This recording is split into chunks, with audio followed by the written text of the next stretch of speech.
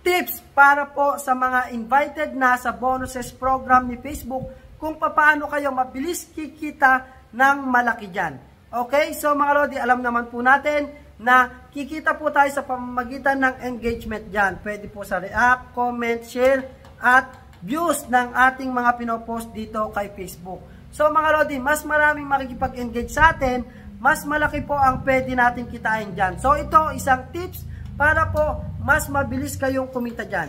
Okay? So mga Lodi, mag-search po kayo sa Google na maaari po natin i-post as text o kaya naman picture post mga Lodi no, nung maaaring magustuhan ng ating mga viewers. Example po dyan, yung mga motivational quotes o kaya inspirational message mga Lodi no, na talagang mapapa-comment po yung makakabasa niyan or makakakita ng mga picture na yan. O kaya naman, meron ikaw mismo na naisip na, uy, maganda tong i-post dahil maaaring makamotivate ito sa ating kapwa. I-post mo as text post, i-post mo din as reels, gawan mo din siya ng reels, no? Sabihin mo sa video.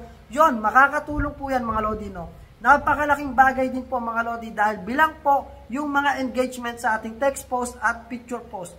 Subukan nyo pong gawin yan dahil wala naman pong mawawala at madadagdagan pa ang inyong kita dyan sa bonuses program ni Facebook.